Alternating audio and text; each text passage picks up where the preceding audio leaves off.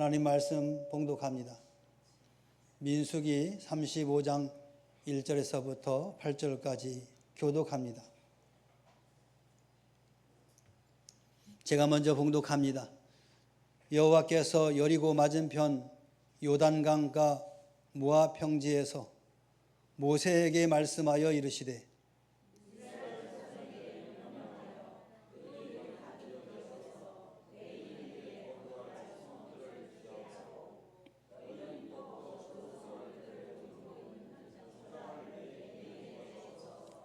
성읍은 그들의 거처가 되게 하고 초장은 그들의 재산인 가축과 짐승들을 둘 곳이 되게 할 것이라.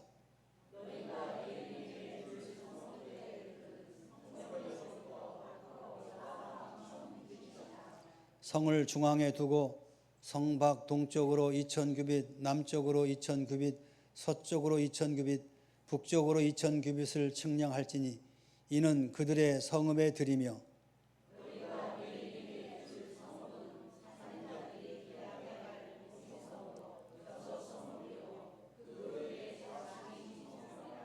너희가 레위인에게 모두 48성읍을 주고 그 초장도 함께 주되 너희가 이스라엘 자손의 소유에서 레위인에게 너희가 성읍을 줄 때 많이 받은 자에게는 많이 떼어주고 적게 받은 자에게는 적게 떼어줄 것이라. 각기 받은 기업을 따라서 그 성읍들을 레위인에게 줄지니라. 아멘. 할렐루야. 우리 옆 사람과 인사합시다. 축복합니다. 사랑합니다.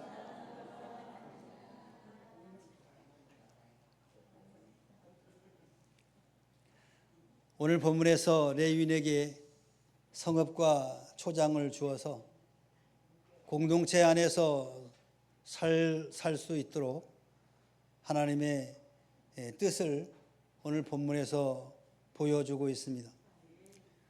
다른 지파와 달리 레위인은 땅을 기업으로 받지 않았습니다. 대신 하나님께서 주신 성읍에서 살아가며 공동체를 돌보는 사명을 감당했습니다. 이것은 단순히 땅이 없는 결핍의 문제가 아니라 하나님께서 그들의 정체성을 섬김으로 규정하셨다는 사실을 우리는 알 수 있습니다. 오늘날 우리도 동일한 부르심을 받았습니다. 우리의 정체성은 직업이나 재산, 사회적 지위가 아니라 하나님께 속한 자로서의 섬김입니다. 직장에서 정직과 성실로, 가정에서는 사랑과 희생으로, 교회에서는 은사와 재능으로 섬길 때 우리의 삶 전체가 하나님께 드리는 예배가 되는 것입니다. 오늘 본문에서 레위인의 삶을 통해서 오늘날 우리에게 주시는 하나님의 메시지는 선명합니다. 하나님은 저와 여러분을 섬김의 자리로 부르셨습니다. 우리 함께 따라 해봅시다. 하나님은 나를 섬김의 자리로 부르셨다. 다시 한번, 하나님은 나를 섬김의 자리로 부르셨다. 아멘. 인정하십니까? 인정하십니까?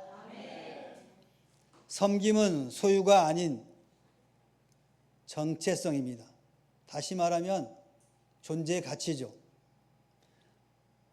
오늘 35장 2절 3절에서 하나님은 레위인에게 성읍과 초장을 주어서 공동체 안에서 섬기도록 하셨습니다. 레위인은 다른 지파처럼 땅을 기업으로 받지 않았습니다. 대신 하나님께서 주신 성읍에서 살아가며 공동체를 돌보는 사명을 감당했습니다. 이것은 단순히 땅이 없다는 그런 결핍의 문제가 아니라 하나님께서 그들의 정체성을 섬김으로 규정하셨다는 사실입니다. 이것은 그들의 삶의 목적이 단순히 소유에 있지 않고 하나님께서 맡기신 자리에서 섬김으로 살아가는 데 있음을 우리에게 보여주고 있습니다. 신명기 10장 8절 9절에서 이를 더욱 명확하게 말씀하고 있습니다. 레위는 그의 형제 중에 분깃이 없으며 여호와께서 그의 기업이시니라, 이렇게 선언하고 있습니다. 레위인의 기업은 땅이 아니라 하나님 자신이셨던 것입니다. 다시 말해서 레위인들의 존재 이유는 소유가 아니라 하나님께 속한 자로서 섬김에 있었다라는 것입니다. 예수님께서도 마태복음 6장 19절 21절에서 보물을 땅에 쌓아두지 말고 하늘에 쌓아두라라고 하셨습니다. 이는 우리의 삶이 소유와 물질에 매이지 않고 하나님 나라와 하나님 나라를 향해 나아가야 함을 가르쳐 주고 있습니다. 베드로전서 2장 9절에서는 우리를 왕같은 제사장이다라고 부르면서 하나님께 속한 백성으로서 섬김의 정체성을 강조하고 있습니다.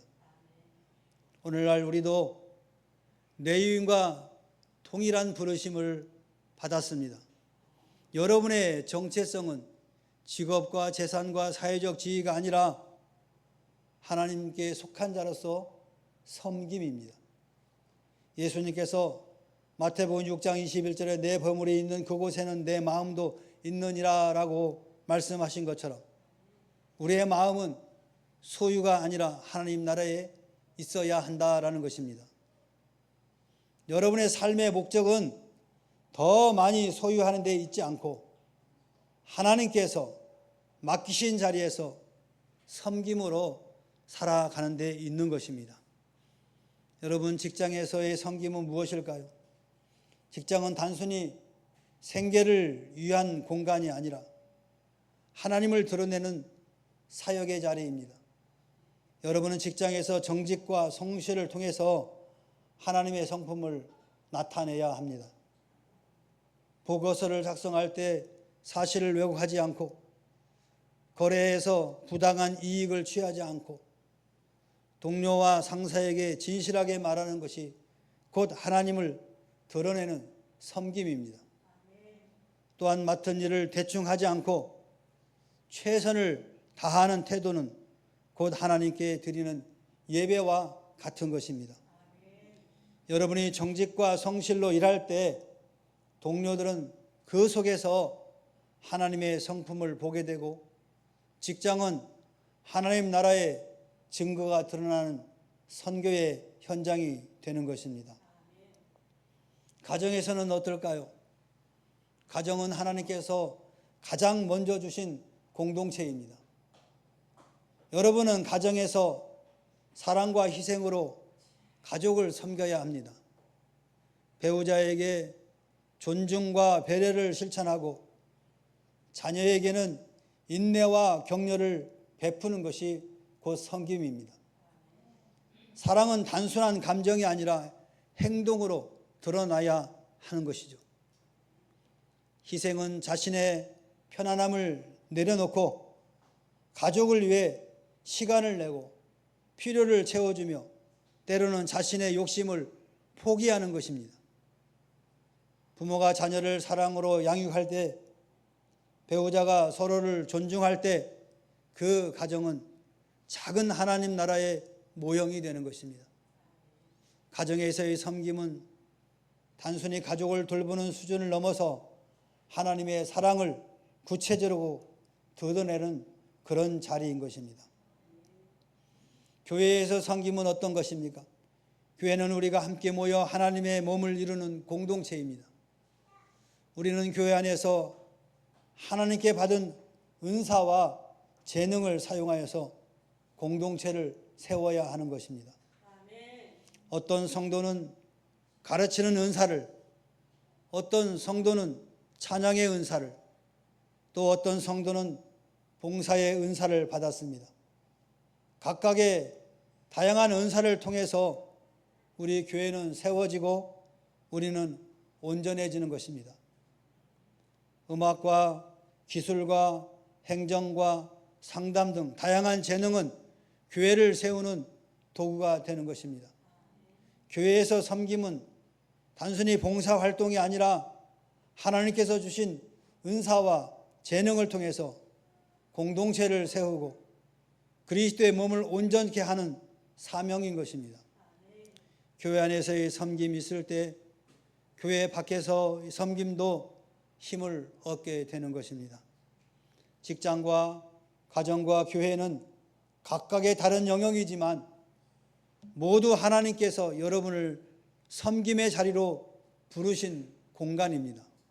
직장에서 정직과 성실로, 가정에서 사랑과 희생으로, 교회에서 은사와 재능으로 섬길 때 여러분의 삶 전체가 하나님께 드리는 예배가 되는 것입니다.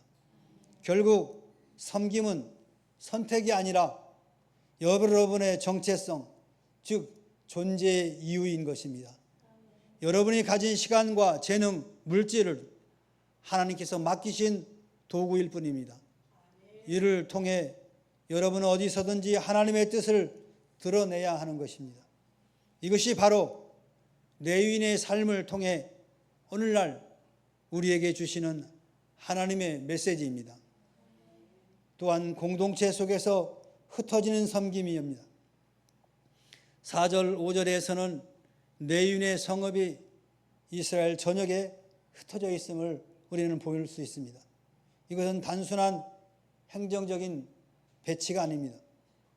하나님께서 레위인을 특정 지역이나 집단에나만 머무르게 하지 않고 온 공동체를 위한 영적 돌봄을 감당하도록 하신 뜻이 담겨 있는 것입니다. 레위인은 각 지파와 함께 살아가며 그들의 삶 속에서 하나님의 말씀을 가르치고 예배를 인도하며 영적 보호와 돌봄을 제공했습니다. 이 모습은 오늘날 우리에게도 중요한 메시지를 줍니다. 여러분의 신앙은 교회 건물 안에서만 머무는 것이 아니라 사회와 이웃 속으로 흩어져 들어가야 한다는 것입니다. 마태복음 5장 13절 14절에서 예수님께서는 너희는 세상의 소금이요 너희는 세상의 빛이다 라고 말씀하신 것은 단순히 성도의 정체성을 규정하는 선언이 아니라 그 정체성이 세상 속에서 어떻게 드러나야 하는지를 보여주는 말씀입니다. 소금은 그 자리에 머무르지 않고 음식 전체에 퍼져 맛을 내며 빛은 어둠을 밝히며 주변을 변화시킵니다. 즉 소금과 빛은 본질적으로 흩어져 퍼져 나가며 세상을 변화시키는 속성을 가지고 있다는 것입니다. 예수님은 여러분이 교회 안에서만 머무는 존재가 아니라 세상 속으로 흩어져 들어가 하나님의 성품을 드러내야 한다는 사실을 강조하고 있는 말씀입니다. 교회 안에서 말씀과 사랑으로 세워진 여러분이 세상 속으로 나아가 정직과 성실과 사랑과 희생과 정의와 자비를 실천할 때 그의 삶은 소금처럼 세상을 보존하고 빛처럼 세상을 밝히는 역할을 하게 된다라는 말씀입니다. 따라서 소금과 빛의 비유는 곧 흩어진 섬김을 의미합니다. 교회 안에서의 섬김이 공동체를 세우고 또 성도를 온전하게 한다면 교회 밖에서의 섬김은 세상 속에서 하나님의 성품을 드러내며 세상을 변화시키게 되는 것입니다. 이 두 영역은 분리되는 것이 아니라 서로 연결되어 있으며 함께 하나님 나라를 확장하는 도구가 되는 것입니다. 또한 사도 바울은 빌립보서 2장 15절에서 성도를 흠이 없고 순전하여 어그러지고 거스리는 세대 가운데서 빛들로 나타내라라고 말씀하시고 권면하십니다. 이는 우리가 세상 속에서 하나님의 빛을 드러내야 함을 강조하는 말씀입니다. 그러나 여기서 주의할 점이 있습니다. 교회 밖에서의 섬김을 강조하다 보면 교회 안에서의 섬김을 무용하게 여기는 잘못된 생각이 생길 수가 있다라는 것입니다. 하지만 성경은 교회 안과 밖의 섬김을 대립이 아니라 균형으로 가르치고 있는 것입니다. 에베소 4장 11절 12절의 핵심은 교회 안에서의 섬김이 단순한 봉사가 아니라 성도를 온전케 하고 그리스도의 몸을 세우는데 반드시 필요하다는 것입니다. 바울은 사도, 선지자, 복음을 전하는 자, 목사와 교사라는 직분을 언급하면서 이들이 존재하는 이유가 성도를 준비시키고 성숙하게 하여 봉사의 일을 감당하는 데 있다라고 강조하고 있습니다. 다시 말하면 교회 안에서의 섬김은 성도를 성장시키는 과정인 것입니다. 말씀을 가르치고 예배를 인도하며 공동체를 돌보는 섬김을 통해서 성도는 신앙적으로 성숙해지고 각자의 은사를 따라 봉사의 일을 감당할 수 있게 된다라는 것입니다. 그 결과 교회는 단순한 모임이 아니라 그리스도의 몸으로 세워지고 건강하게 성장하게 되는 것입니다. 따라서 교회 안에서의 섬김은 선택이 아니라 필수입니다. 교회 안에서 여러분이 말씀을 배우고 은사를 따라 섬길 때 교회 밖에서의 섬김도 힘을 얻게 되고 하나님 나라가 확장되는 것입니다. 그러므로 교회 안에서의 섬김이 성도의 성숙과 교회의 성장에 없어서는 안 될 중요한 요소임을 다시 한번 기억하시길 바랍니다.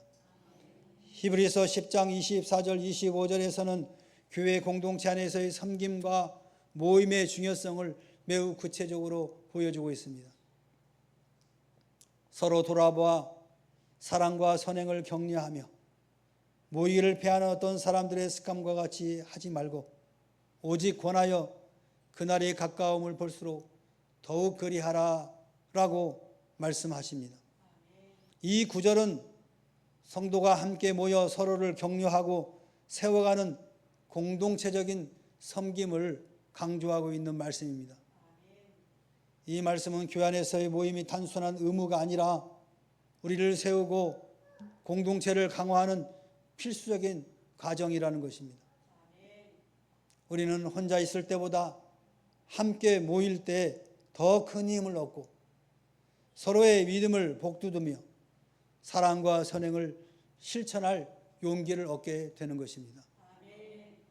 교회 안에서의 섬김은 말씀을 배우고 예배를 드리며 서로를 격려하는 가운데 여러분을 온전하게 세우는 역할을 하게 됩니다.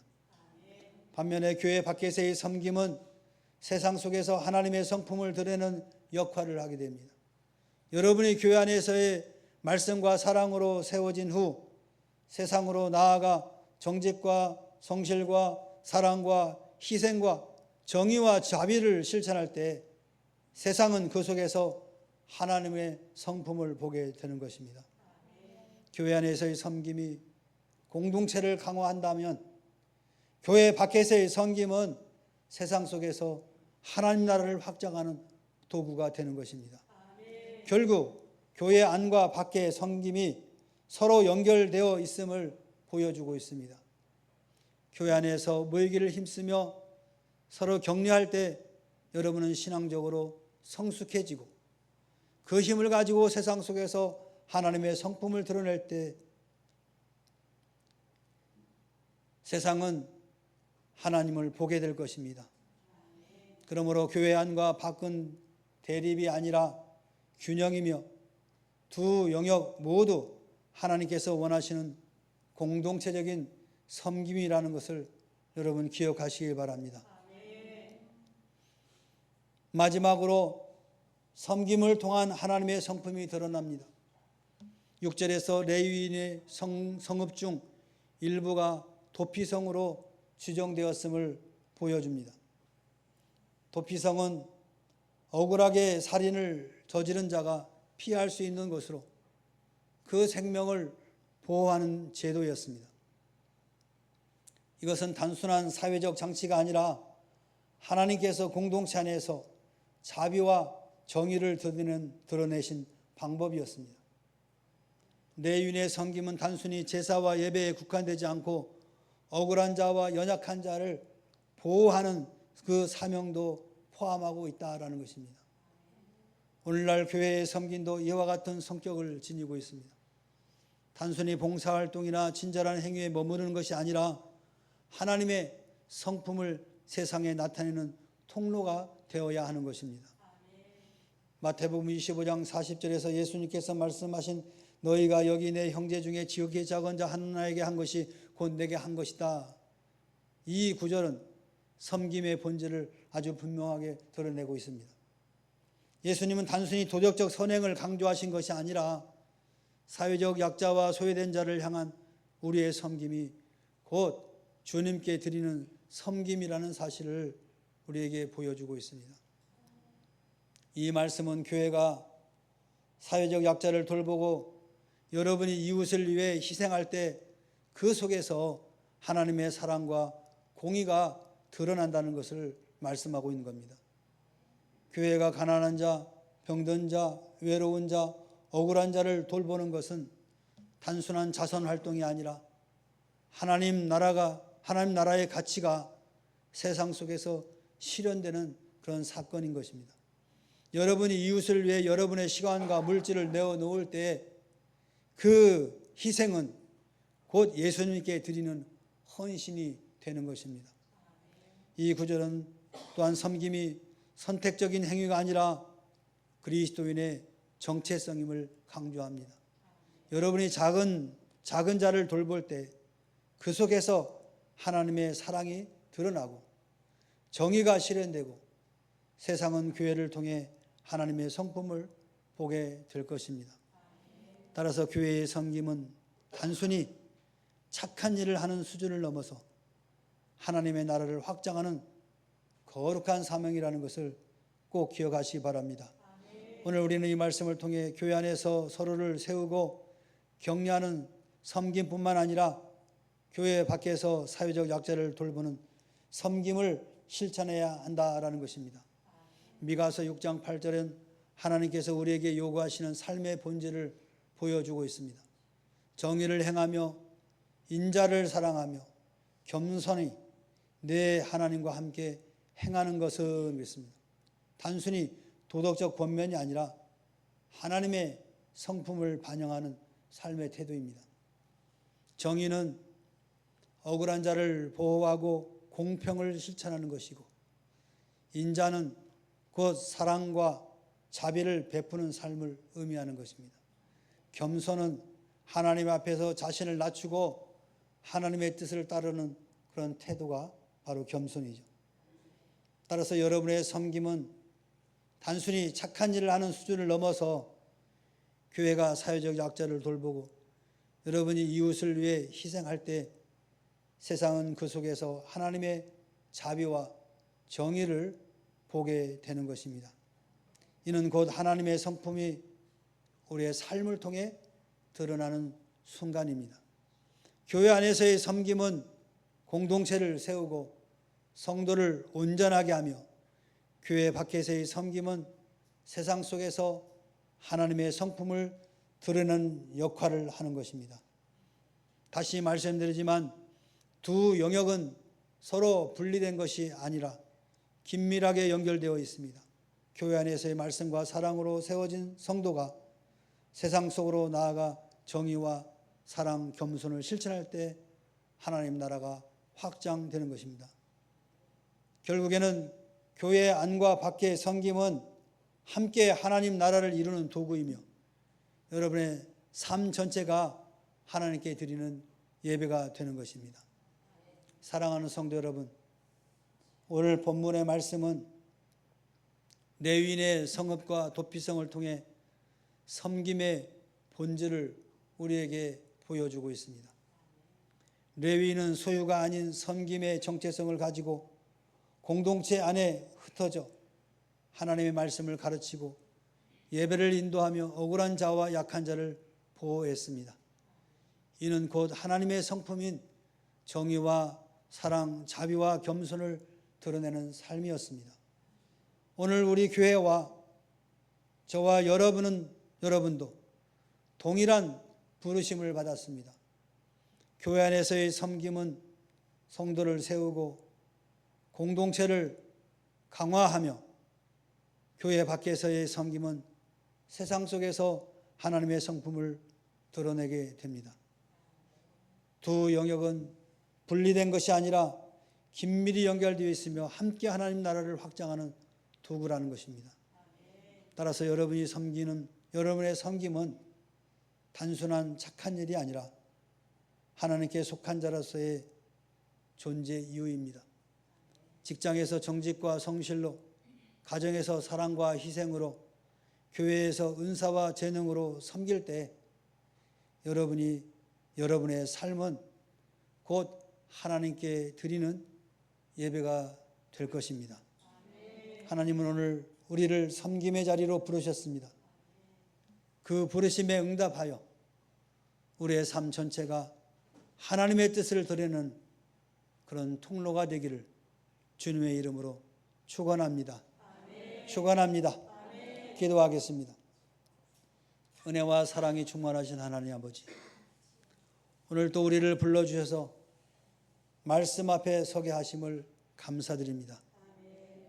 주님, 레위인을 공동체 안에 세워 섬김의 자리로 부르신 말씀을 통해 우리도 소유가 아닌 섬김의 정체성으로 살아가야 함을 깨닫게 되었습니다.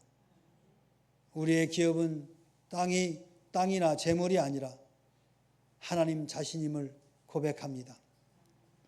직장에서는 정직과 성실로 주님의 성품을 드러내게 하시고, 가정에서는 사랑과 희생으로 가족을 섬기게 하시고, 교회에서는 은사와 재능을 사용하여 공동체를 세우게 하옵소서. 우리의 삶 전체가 하나님께 드리는 예배가 되게 하시고, 섬김이 우리의 존재 이유가 되게 하옵소서. 또한 세상 속으로 흩어져 소금과 빛으로 살아가며 사회적 약자와 이웃을 돌보는 섬김을 통해 하나님의 사랑과 정의를 드러내게 하옵소서. 억울한 자와 연약한 자를 보호하신 도피성의 은혜처럼 우리도 주님의 자비와 공의를 나타내는 삶을 살게 하옵소서. 우리의 섬김이 단순한 착한 행위가 아니라 하나님의 성품을 드러내는 거룩한 사명이 되게 하옵소서. 교회 안에서 서로를 세우고 격려하며 교회 밖에서는 세상 속에 하나님의 나라를 확장하는 도구로 쓰임받게 하옵소서. 오늘 또 우리를 섬김의 자리로 부르시는 주님의 음성에 응답하며 겸손히 주님과 동행하는 삶을 살게 하옵소서. 감사하며 예수 그리스도의 이름으로 기도하옵나이다. 아멘.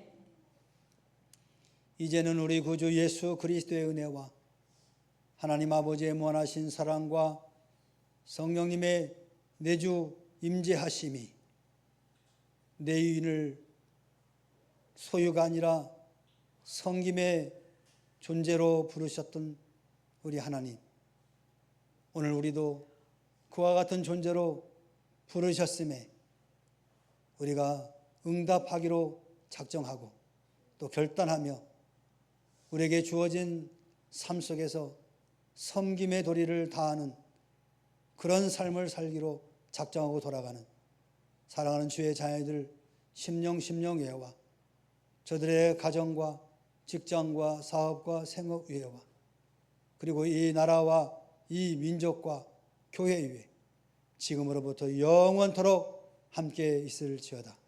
아멘.